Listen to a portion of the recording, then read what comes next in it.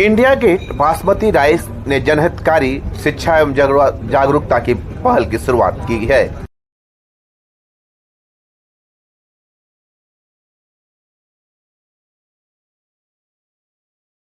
That strict standards are laid down to safeguard consumers' interests. KRBL विश्व के number 1 basmati चावल brand KRBL limited के India gate basmati चावल ने भारतीय खाद्य सुरक्षा और मानक प्राधिकरण FSSAI के तत्वाधान में ईट राइट इंडिया के पहल के साथ मिलकर पटना में जनहितकारी शिक्षा एवं जागरूकता पहल बासमती चावल से कोई समझौता नहीं की मेजबानी की। इस अवसर पर FSSAI के प्रतिनिधि सहित सम्मानित अतिथियों ने इस पहल की सराहना की, जो मिलावट के खतरे को रोकने और किसान को अधिक अवसर प्रदान करने की दिशा में एक कदम है। ये जो कॉन्क्लेव हम लोगों ने FSSAI और KRBL मिलकर ये जो जागरूकता का इनिशिएटिव लिया है, इसका पर्पस ये है कि ये जो नए रेगुलेशंस FSSAI बासमती राइस के लिए लाया है, उसके बारे में जागरूकता करने के लिए हमने ये इनिशिएटिव लिया है। और ये सिर्फ कंज्यूमर्स के लिए ही नहीं, हमारे ट्रेड के भाई बंधु जो बासमती चावल बेचते हैं उनके लिए भी है। और इसका जो इम्प्लीकेशन है, इसके बारे में लोग जब जागरूक होंगे तो इसका इम्प्लीमेंटेशन अच्छे तरीके से हो पाएगा। और जैसे FSSAI के लोग यहाँ पे हैं, सबने ये बात कही है, इसका इम्प्लीमेंटेशन भी एक चीज़ है जो जिस पे काफ़ी ध्यान रहेगा और फोकस रहेगा। एंड इससे बासमती राइस की जो ग्राहक को जो अश्योरेंस मिल रहा है एक अच्छे क्वालिटी का और प्योर बासमती राइस मिलेगा, ये एक बहुत अच्छी चीज़ हुई है इस रेगुलेशन के द्वारा।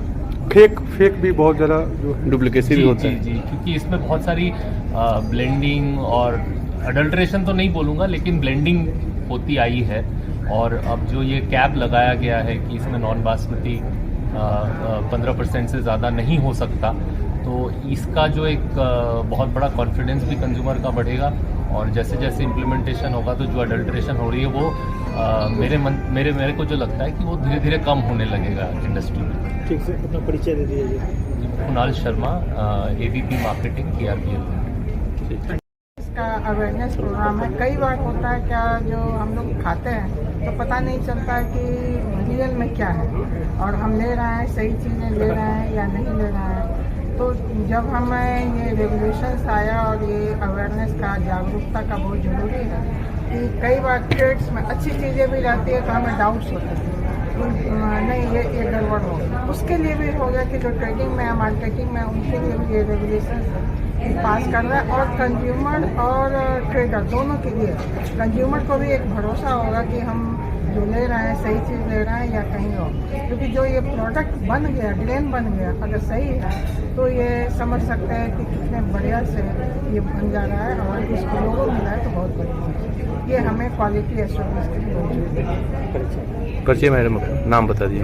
मैं doctor Usha Singh, professor cum chief scientist हूँ, department of food and nutrition, doctor Rajendra Prasad central agriculture university. हाल में बासमती चावल का भी एक स्टैंडर्ड बनाया गया और बासमती चावल का जो स्टैंडर्ड है, जिसका नॉन कुकिंग जब बना हुआ नहीं रहता है तो उसका 6.6 mm से अबव हो और बनने के बाद 12 mm से अबव होना चाहिए। ये इसका एक स्टैंडर्ड है। और भिन्न भिन्न उसमें फॉरेन मटेरियल कितना हो, ग्रेज टूटा हुआ कितना हो, ये सब उसका स्टैंडर्ड में आता है। तो हम लोग जो है बाजार से उसका सैंपल लेकर के लैब को देते हैं और लैब अपना स्टैंडर्ड के अनुसार वो जांचती है और उस जांच के आधार पर जो रिपोर्ट आती है उसके आधार पर हम लोग आगे की कार्रवाई करते हैं। तो मार्केट में डुप्लीकेसी तो हो रही है ना सर? हाँ, तो जैसे वो स्टैंडर्ड जब जानते हैं ना, उसके आधार पर हम लोग कार्रवाई करते हैं। अगर लैब ओके की तो ठीक है, अगर खराब आया, किसी स्टैंडर्ड पर खरा नहीं उतरा तो धारा जो 51 है उसके तहत डुप्लीकेसी हो रही है। जिस कंपनी का डुप्लीकेसी हो रही है तो वह इंटेलेक्चुअल प्रॉपर्टी एक्ट में वो केस कर सकते हैं। वो हम लोग के न्यूट्रिशन में डुप्लीकेशन एक अलग चीज़ है, मिलावट अलग चीज़ है, दोनों अलग अलग चीज़ है। तो उसमें वो अलग लॉ लागू हो जाए।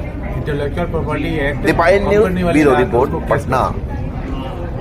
और खबरों से अपडेट रहने के लिए दीपायन न्यूज को सब्सक्राइब